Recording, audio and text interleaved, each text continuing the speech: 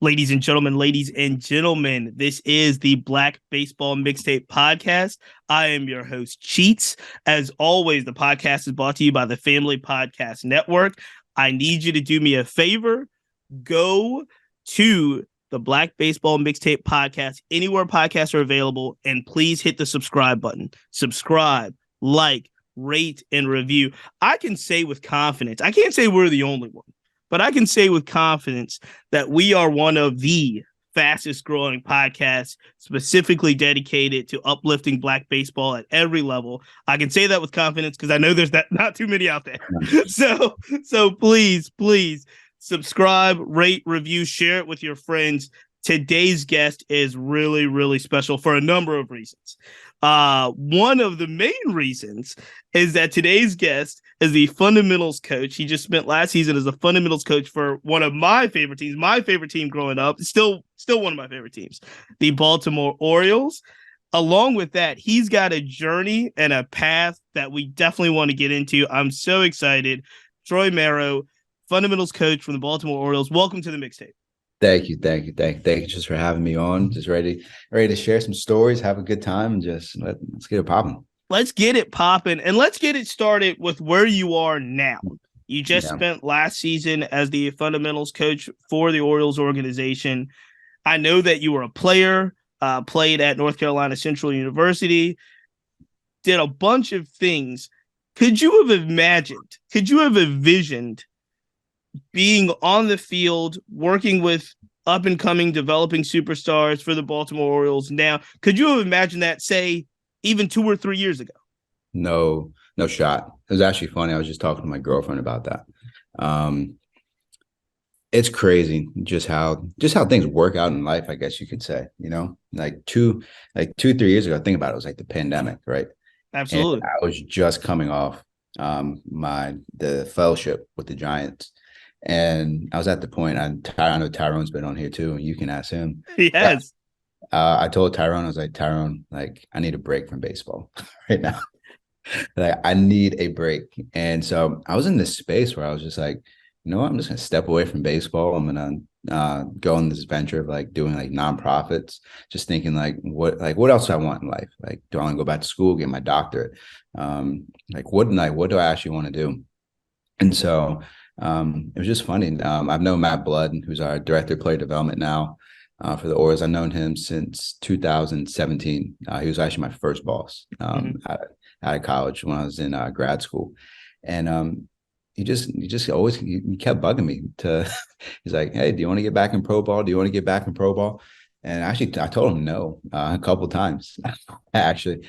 But came back around last year. When I was back home, I was a dean of students for a charter school in Baltimore, Baltimore Collegiate School for Boys. And me and him just had lunch and just talked about it. And it's just that opportunity you couldn't pass up again. And it's crazy, actually, even from the standpoint of like working like with the Orioles. Like, I grew up right outside Baltimore. That's right. I'd probably go to up until about high school, probably about like 20 games a year. Okay. And so it's just like to go back and like you're working for your hometown team, and it's just something you love, like baseball, right? Like, people ask me all the time, like, how's work? I get to go to a baseball field every day. I will tell you this. You have cracked the code. I learned this a long time ago in my professional life. And a person told me this. If you can do the job that you want to do, basically get the salary that you want to get, and do it in your hometown, you've cracked the code. Don't leave. Like, that's it. Don't leave because the grass is not always greener on the other side, per se. And it sounds like you've cracked the code. You're doing what you love. You get to do it for your hometown team.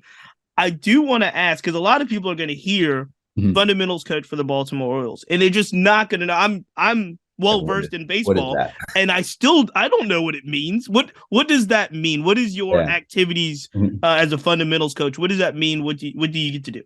Yeah. So for me, like, I'm specifically like in charge, like, I guess you could say, like, our infielders, first off. But that depends, like, whatever level you're at. Like, some fundamentals coaches are in charge of the outfielders, and then some are in charge of the infielders. But I also work with our base runners as well. So like in games, I'm coaching first base. But then there's some games where we have we have development players, and so like I'm working with them before games, like working on their specific practice plans that they need to work on.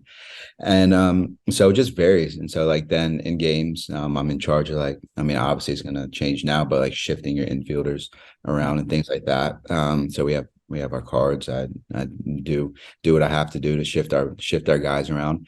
And then we do things like video as well, because video is so important. But especially for where I'm at, I'm working with a lot of international guys. And so it's their first year. It's their first or second time really playing organized baseball, and so just really breaking the fundamentals down. Like, this is how you run through first base. This is what you're doing when you're tagging from second base, nobody out. This is what you're doing when there's one out at second base. This is what you're doing when we're on contact. And so just doing a lot of video work in that area right there. And so it's just a vast majority here. You're just having you're pretty much essentially like that third coach right behind the hitting coach. And so you have your hands a little bit of everything, throw batting practice, hit fungos, like you do it all. So jack of all trades sort of coach almost. And last season, where did you spend the majority of your season? Like, how does are you at rookie ball, A ball, international? Yeah. Where are you at? So I was rookie ball down in Florida whole Mhm. most of the year until our season finished. And I got the privilege to go up to high A for 2 weeks to work with our high A team. And then I did a week down in Bowie as well, just to kind of just shadow and just get that experience of affiliate ball. That's fantastic.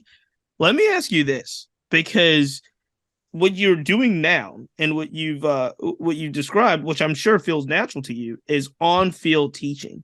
Yeah. You mentioned Tyrone and MLB development and the training program. You were an inaugural fellow, and an amazing program that was focused on front office activity. Tell me a little bit about the program in your kind of your inaugural experience, because it's not for the faint of heart. This is like a serious thing, and it was mostly like focused on front office placement, right? Office, yeah. Absolutely. Yeah, it's actually great. Like, so I think you don't realize the weight of actually everything that you're actually a part of when it happens. And so like I remember we flew out for our training at the MLB offices, and we're meeting all these high up people in MLB. And then Tyrone starts explaining like how important like this fellowship actually is. And then he breaks it down like with the numbers. And so there was 20, I think there's 22 of us in the first I think class. there's 22, yeah, 22 in the inaugural class. 22 of us in the first class. And I think there was, I can't remember the exact number. Not a math genius. So let's just say however many, I think it was over like 1,000 applicants or something like that. But the way he broke it down is you actually had, through everything, you had a 1% chance of actually being accepted into the fellowship program. Oh, wow. And like all of us, we were like, wow, like 22 out of however many applicants they had. And you're like, dang, it was like one of those first times where you're kind of like, actually, you make it, especially being African American or woman. You're like, man, like I again like cracked the code, kind of, like I've kind of made it like on top. And so to just know like you had like a 1% chance pretty much of getting this fellowship. And so yeah, I was working in the front office with the San Francisco Giants, and it was a great experience. I mean, my initial dream was I wanted to be a GM, and I still have that a little bit. Like there's just this fascination around me of like this is how I always explain it. Like you have 25 guys on a roster, right? How can these 25 guys gel perfectly together to win a World Series? Right. That's just, and these 25 players are all different puzzle pieces that are intertwined, right? And so like that was my fascination that I had as soon as I was done playing college baseball. And so I was like, this is what I'm going to go after. Like, this is what I want to do. But I realized, if I had to be honest, I can't sit behind a computer for 8 to 9 hours a day. I was gonna ask you, what was it that shifted from because the experience sounds great. It sounds like you got awesome to see kind of the ins and outs of a major league club at every level. You get to see everything. Like you get to see how contracts are negotiated. You get to see arbitration. You get to see international scouting and amateur scouting. You get to be in the draft room. Like you get to see in the trade deadline. You see all these things.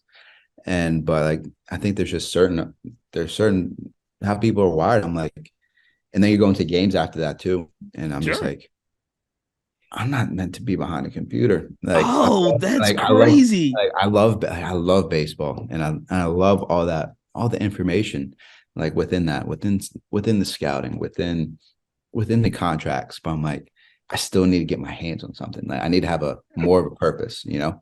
And so that's how it was for me. And so, but it was, I mean, without that experience, like I wouldn't be here. Like, and it all Sure. started at USA Baseball, to be honest. And so, Talk to me about that. Tell me, you said it all started at USA Baseball. yeah, Um, how was like how did it in your mind? What was it about USA Baseball that made it click for you?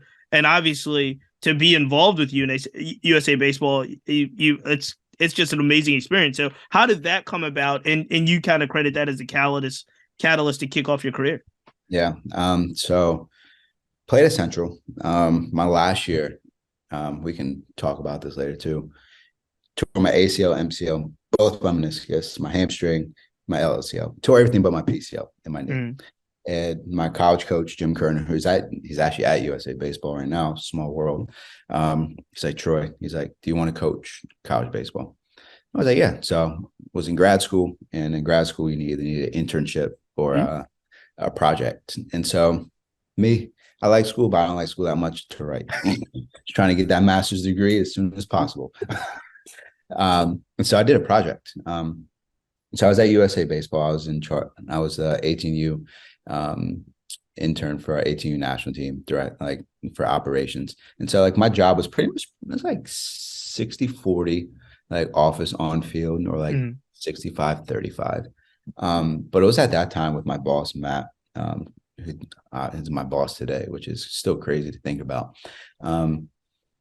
He just like the way he just saw the game of baseball. I think to me, like again, like those puzzle pieces, right? Like how do you get all these puzzle pieces like to gel together to win the gold medal? And like when he explained that to me, because like he had this big board in his office, he had all the player, like every single player written down that he wanted like on that national team. And I'll never forget the first day I went to his office, like with those players. There's 20 kids that make a national team, right? And like he already projected, like before this is like in January, and we didn't go to Canada until September or August, can't remember.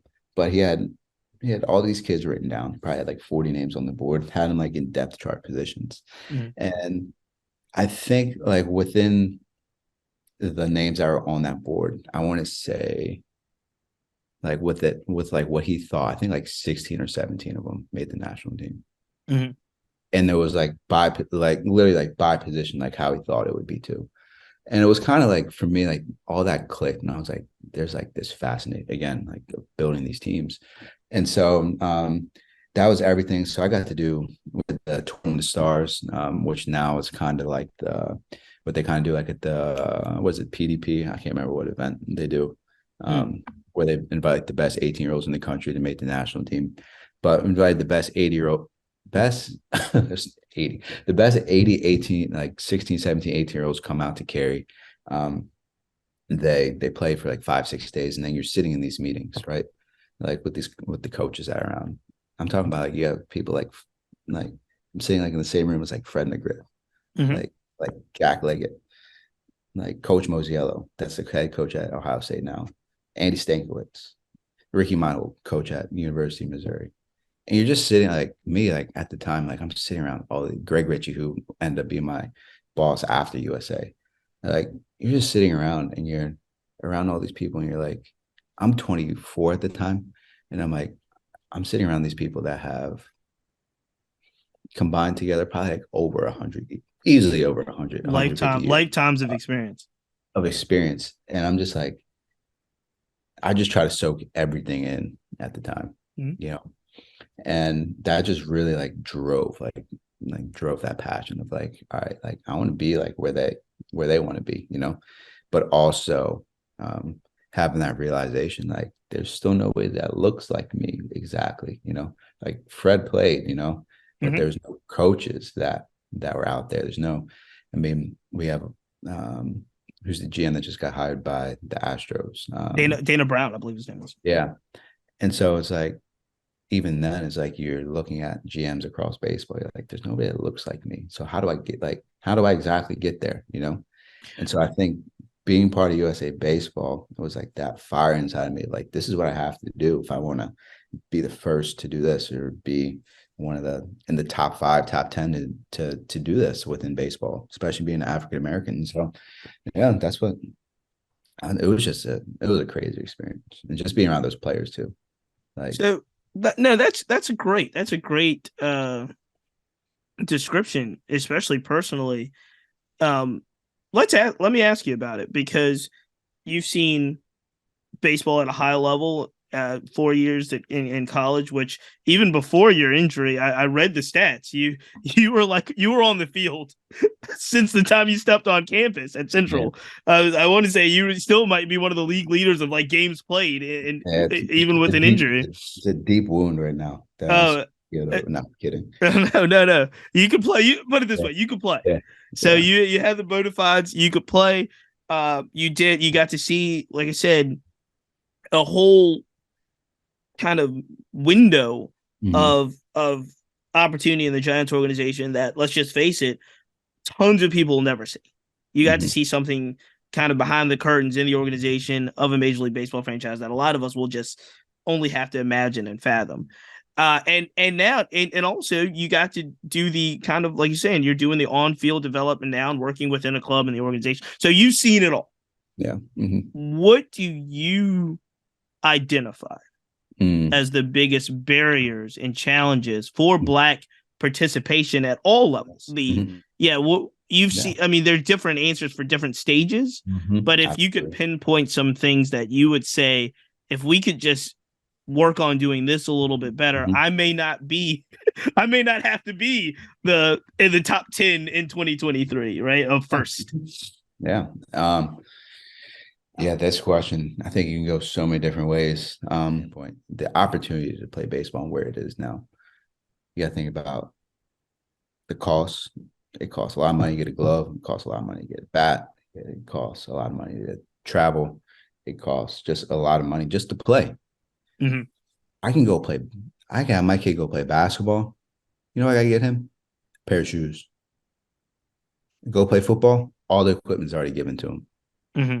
And there's people that already look like me that I'm going to play out there with as well.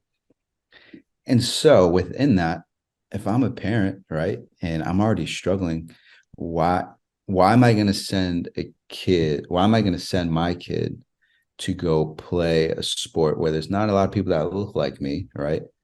But also the opportunities that he's going to get to play, he's still going to be playing on a majority white team. Mm-hmm.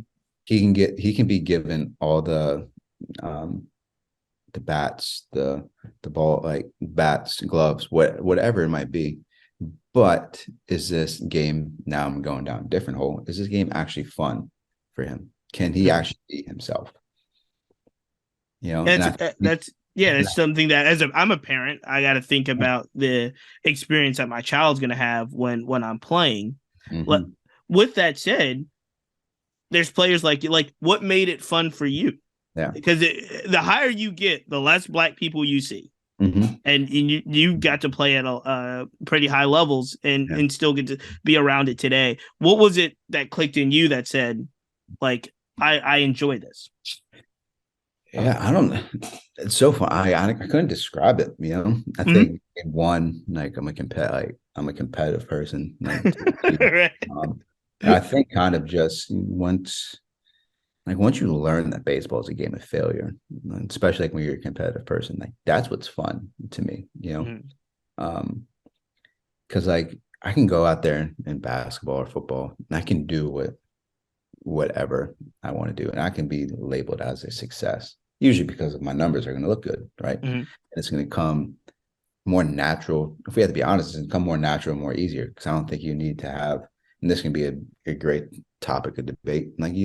I'm sorry, but you don't need as much. When I say athleticism, I'm not talking about a whole athleticism from how high you can jump, how fast you can run. But there's a different athleticism and a different skill that you need to play baseball with. Mm-hmm. And so I think within that, for me, that's what made it fun because I realized like, no, I actually have to like football came easy for me. you know. But baseball, there's something like you had to work at it, you know. And I think it was the work that you saw put in and the output of it, right? That's what made it fun. That's what made it challenging. Like, all right, I only went 1 for 3. I went 1 for 4 today. Mm-hmm. Next time I'm going out there, I'm going 3 for 3. I'm going 3 for 4, you know? And like those slight little victories and like those in like I said, like the most exciting play in baseball to me is the triple. No, why? Because it's literally the hardest thing to do. It's the hardest thing to do. It's literally one of the hardest things to do. And so it's like when someone just slides in third base head first and gets pumped up, like that's fun.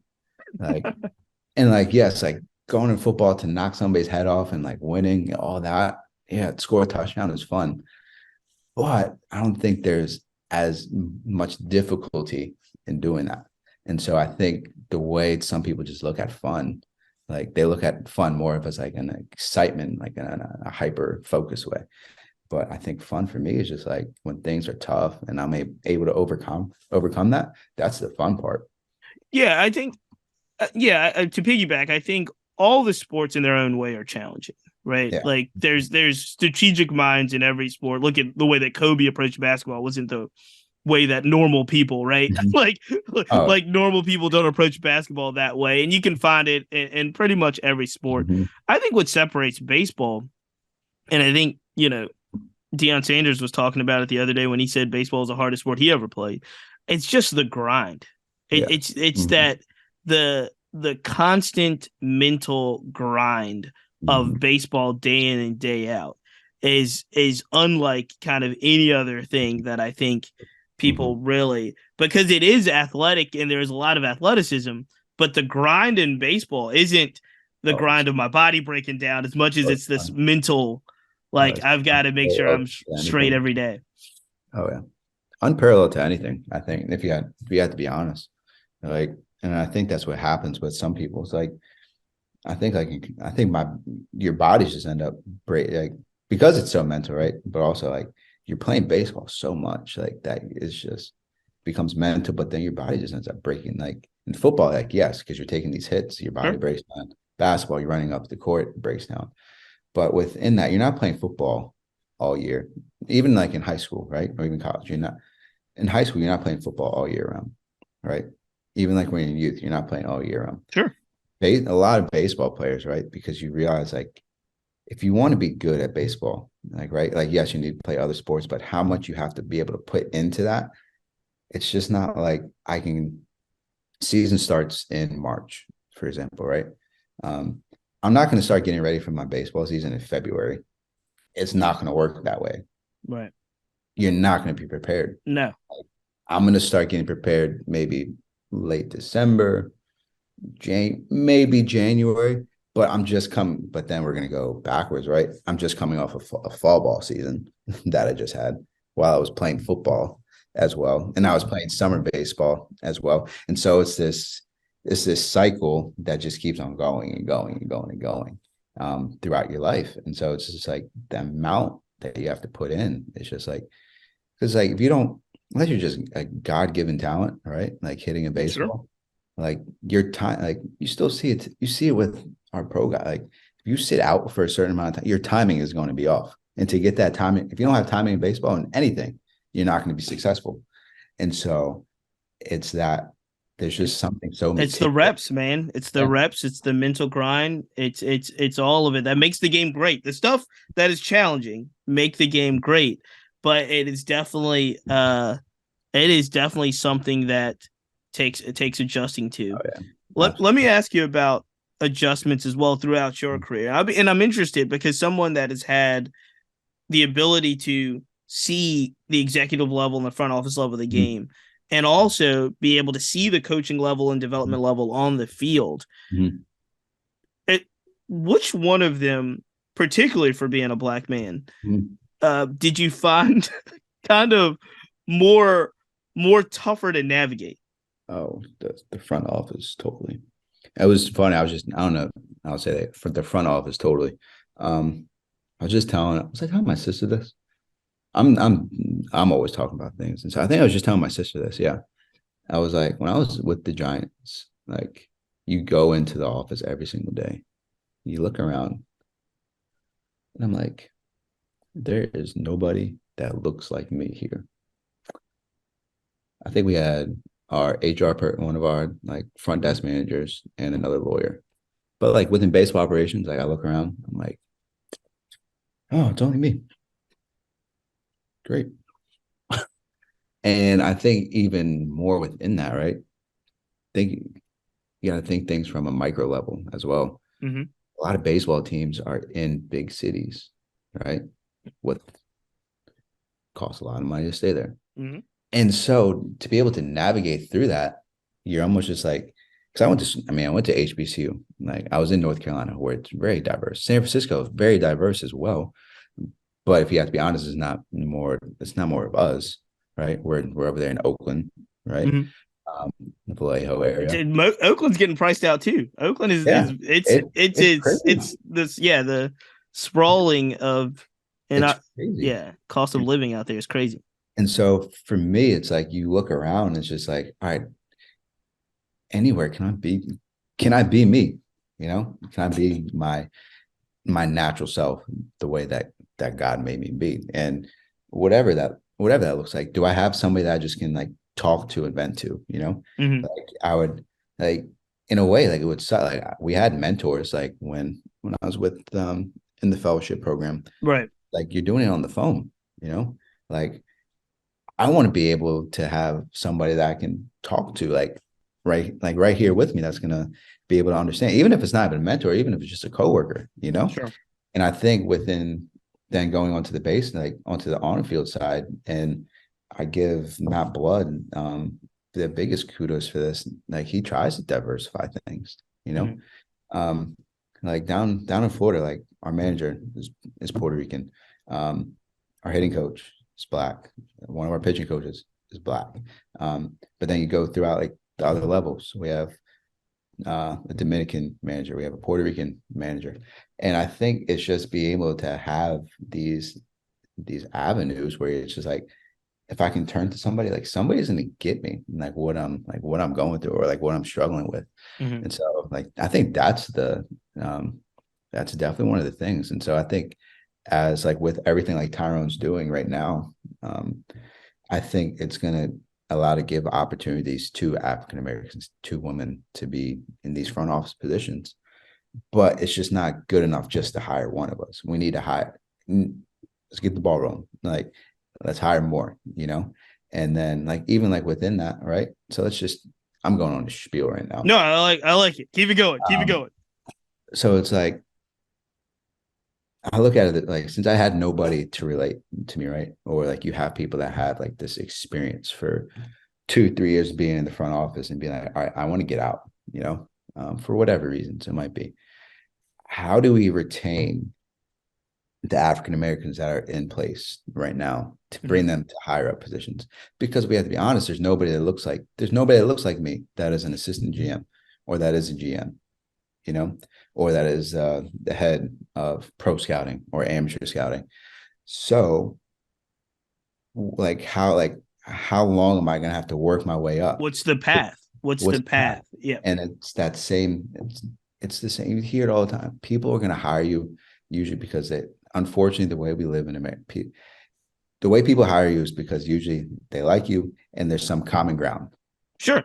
It's just as important. I tell people that I work with professionally all the time, you have to, it's almost equally as important about who you know and how you treat people, as well as being excellent at your job. We get to a point, professionals, executives, I know front office baseball personnel, you get to a point where you look around and it's like, okay, everybody's excellent. Yeah. Like you hear it all the time. You look around the major leagues, or you look around the NBA, you look around the NFL, you look around the show. It's like that person didn't get there because he's not good at his sport.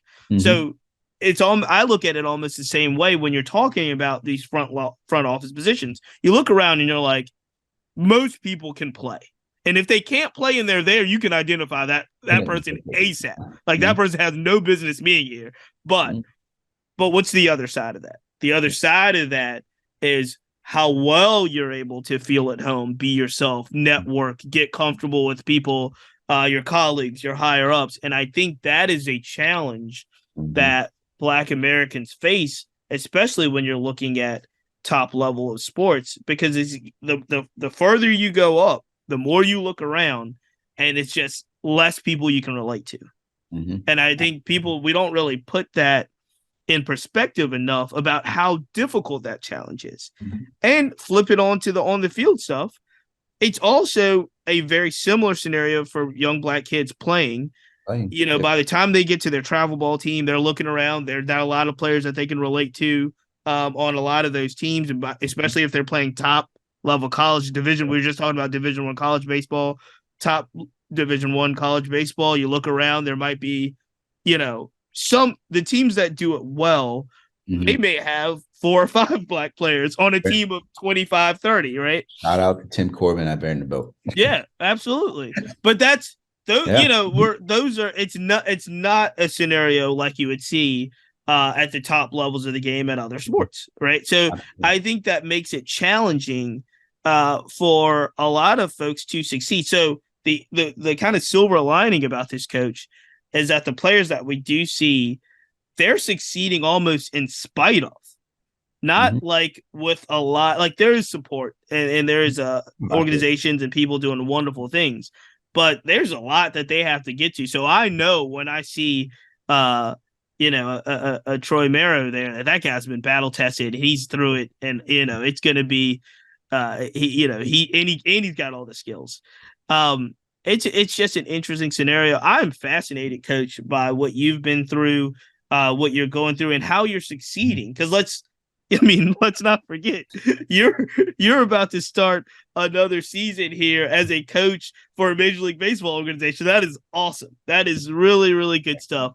Talk to me about what are some of the fun experiences. What are some of the best experiences you have Mhm. work right now working in the Orioles Yeah. organization Mhm. and teaching fundamentals to the young players of the game? Oh man. I think one, like for me, I enjoy everybody that I work with. And so I think because you hear about it all the time, like this is my coworker, right? This is my coworker. But no, like, I've actually made I made friends, and I think that's so important within any job that you're working in. Like I want to establish like real relationship. Like I just don't want to clock in, we just get along, talk, and like peace, see you tomorrow sort of thing. Like I want to be able to go out to eat with you. I want to be able to get a drink with you. Like go to the movies, do whatever, go play golf, go to the beach. And so I think that's one thing that definitely sticks out. But two, like we try to keep it fun with the Orioles. Mm. And just having like it's like just doing like competition as well. Like again, like everybody likes to compete. And so like last year, like one of my favorite this is one of my I think it was actually my favorite thing that I did. So for all our baseball listeners, 27 outs, right? That you do. Try to get 27 outs in a row. But I try to Mm. simplify the game. So we had two teams. This other thing, like I work with international players, and most of them are Dominican, Venezuelan, Colombian. So they're Mm-hmm. always like they exuberate, they enjoy playing the game. So they're hype all the time. And so what I did, it was like one of our just practice days, didn't have a game. Took two different teams, took like all our infielders, made two different teams. And I said, because we're struggling in the field a little bit. And so like I want to clean up the errors. And I was like, all right, separate you in two teams. Whoever gets 3 outs like in a row gets a point. Right. And so we're going to do this to the first of five, like whoever gets 5 clean innings pretty much like in a row. Um, but like within that though, too, like sometimes we might shout out, oh, you got to get this guy out like at a 4-0, like a 4-2 or something like that. And so like if they didn't get it, like the other team would just be just giving the other team like so much crap, like, get off because like as soon as you make an error, like you're off the You off field. the field? Okay. You're off the field. And so this is going like back and forth. And I think it was like even wet outside that day too. So like balls are like slicking everywhere. But just to see like the excitement like on the players, like on the players' faces, like doing that. It's fun. And then shout out to my guys this year, this past year. So our hitting coaches were Jalen Ferguson and Josh Bunselmeyer. And so like throughout the year, like we always have music while we're hitting in the cage. And so like we'd actually designate certain days to certain music. And so like on Thursdays, we call it like throwback Thursdays. Like Wednesdays, we'd have like Wayne Wednesdays, and like that's Nice. sort of like those are sort of things like that we would do, and it'd just be fun, you know. And then after you get a win, like in the clubhouse, there's music playing and all that. And so I think that's the thing. Like those are the things that are fun, you know, getting to celebrate in those ways. That's awesome. That's awesome. Coach, I am running short on time, so I'm going to hit you with some quick hitters, some things that I always Yeah. ask most of my guests. Mm-hmm. I know you're a player. Like I said, if you could face Mm-hmm. any pitcher, Mm. living or dead, who do you step in the box with? Who do you face? Who do I face? That means I'm probably gonna get a hit off them. But I also want to be challenged. So I'd probably say, honestly, I'm going Kyle Hendricks. I like it. I like it. You went modern though. You went contemporary.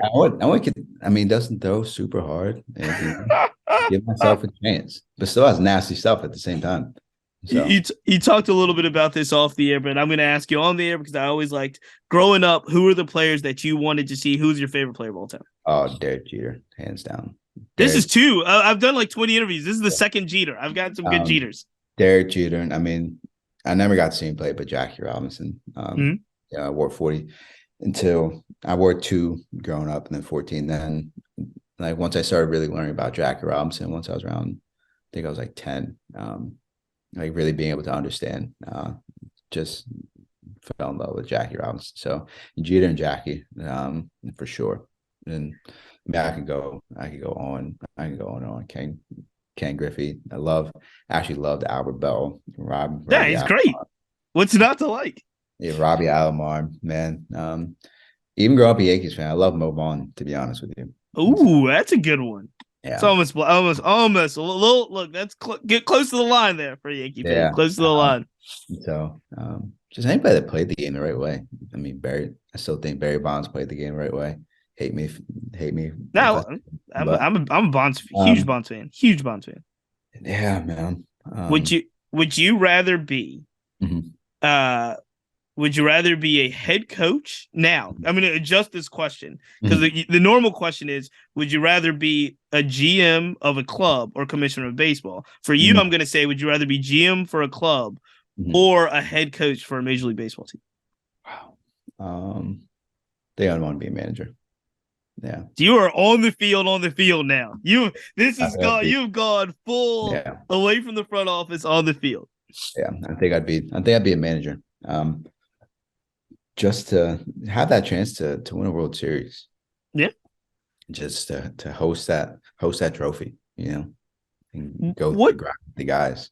what type of coach, for those that don't know, what Mm, type of coach is Coach Marrow? Whew. This is funny. So like if you knew me, like I'm quiet, like I'm total introvert, really, really quiet guy. But just like when I go into the baseball field, it's like this switch turns on. So like I get loud. I get during games. I get excited. Like say if we second baseman's been like struggling like on double play feed, like and he like does it like perfectly or something like that in the game. We turn double play, like get out of inning. Like I'm hyped. Like I like throw like my clipboard down, like all excited. And so, but I don't I let my players like make mistakes as well. You know, like if they make error, no, so what? We get the next one. Like if it's coming from an effort standpoint, yeah, I might get on them. But yeah, I switch though. You know, I hit ground balls as hard as I can. Um, just I love getting the best out of my players. You know, Right. like so like you try to. For me, it's like you try to get under the skin. Like you got to learn to get how to get under each player's skin to pull the best out of them. And so, If you were not coaching baseball, mhm. career wise, what would your career be? What would you be doing? I think right now, like, so first I always thought I wanted to work in the FBI, but no. Yeah. But I think now, like within like how my life has gone about, I think I'd be working probably somewhere in athletics, like an athletic director, or Mhm. I actually love, I mean, coaching or teaching. And so I was about to go get my doctorate just Right. just, just a year ago. And so I think that's honestly what I'd be doing. So Well, Coach, Yeah. this has been fantastic. I wish you the very best of luck. I know it's kind of up in the air, but when you have to go somewhere sometime soon, look. I know it's not 100% figured out, but you will be coaching, I believe, this upcoming season.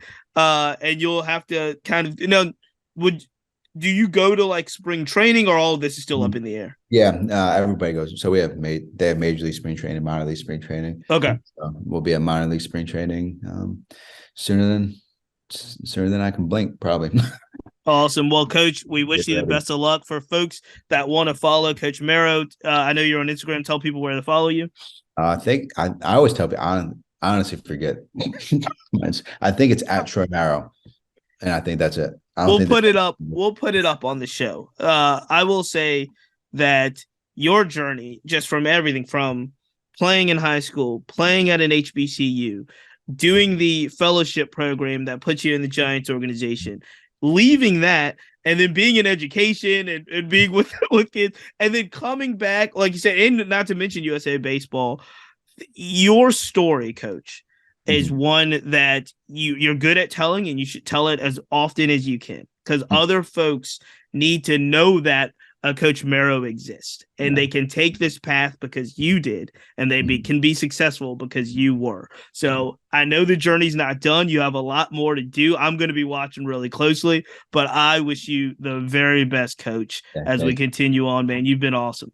Thank you. I appreciate it, man. And shout out, subscribe, like, do all the things. Ladies and gentlemen, this is the Black Baseball Mixtape. Until next time, we see it.